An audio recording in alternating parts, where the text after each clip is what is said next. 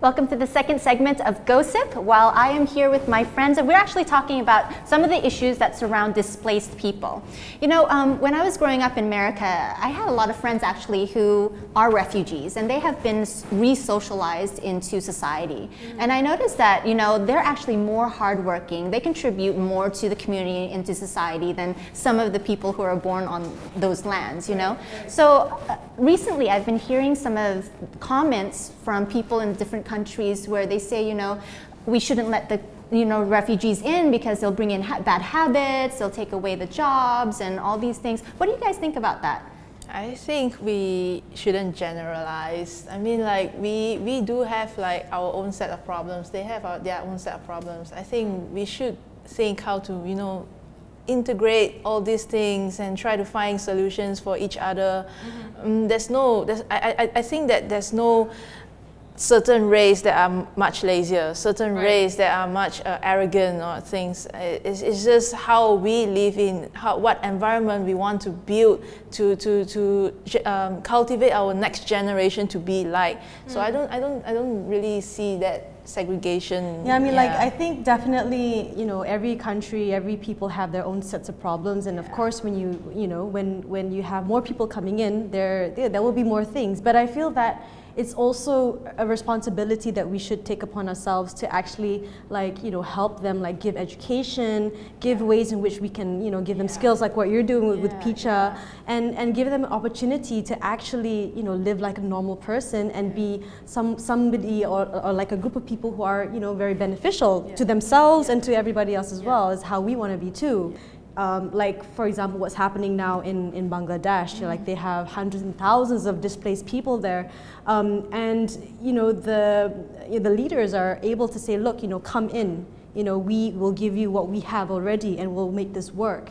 You know, and I see so much love and compassion there, you know, and the willingness to actually, you know, try to live together as one. There's this very entrepreneur mindset that I think we should all really learn from, very positive, that we should turn all problems into opportunities. Okay, I love that. The bigger problems there are, the bigger opportunities there are. Right. You know, so how can we turn, instead of, you know, looking them as a problem, how can we turn this into opportunity, share our resources, and be able to move forward all together? So I believe in that. I like this shared resources, because for me, I see it on different levels. Like what Nina was saying about the governments, like you said, Pakistan has their own, or Bangladesh have their own issues. So it is sometimes a political and diplomacy issue where you're bringing in people where your own country doesn't have perhaps enough resources. But then this is at the level of worldwide. Then the world community has to come together and share the resources and solve this problem as a family, you know? But also at the kind of the grassroots levels, my cousin is someone who actually takes or helps displaced people in terms of vocational training. So there's also a level of socialization that has to be done, and that means also not judging people and putting expectations on people, because it also depends on what kind of family background and all these things that they come from. I'm just going to generalize, and I hope it doesn't sound so horrible, okay? But if for someone who is in a family that lives in a suburb, that has, you have a car, you go to college, everyone in your family has gone to college, you're going to have different standards than a person who comes from the countryside, no one has ever gone and had an education, nothing. You know, so you can't judge a person like that. You have to look at them in a very different way. Can this person be trained? Okay? Does this person have good manners? Okay, that's the first thing. Do they have good values? The second thing. And then you go on and look at what they can do. And then you create these, you know, systems for them, schools like you had mentioned, and, you know, things to do like job, you know. So there are definitely, I believe that there are ways that they can contribute to society. It's just that we have to first stop judging them from our own perspective. You know, and I think also when we get to know them on a very personal level, and I'm sure you've had experiences like this as well. Like, my very first experience of actually getting to know a Syrian refugee was when I flew to Jordan a couple of years ago with an NGO. And we sat down in his tent he has a big family, he's like the leader of the family, his name is Abu Abdullah. And he told us about his life, you know, and he told us that, you know, he was a millionaire when he was in Syria. And when the war happened, he lost everything.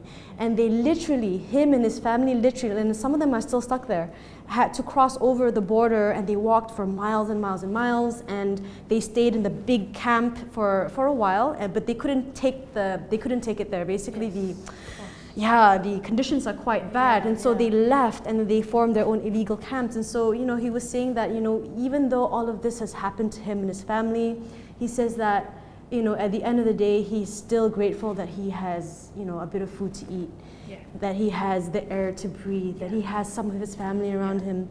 And it was just the way that he was telling his story that I felt so, you know, I was very moved by him and his family, you know, and, you know, in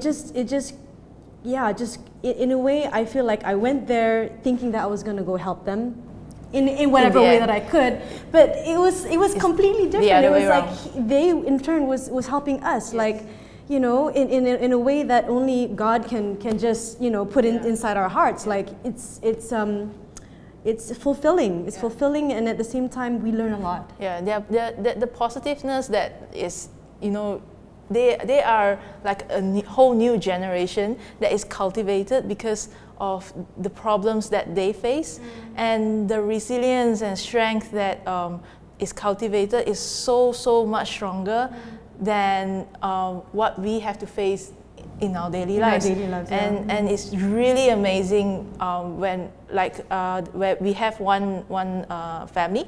She just lost her husband, but before she lose her husband, 4 days before, she lose her mom, and a week after, she lose 6 of her cousins in Syria. Oh my gosh.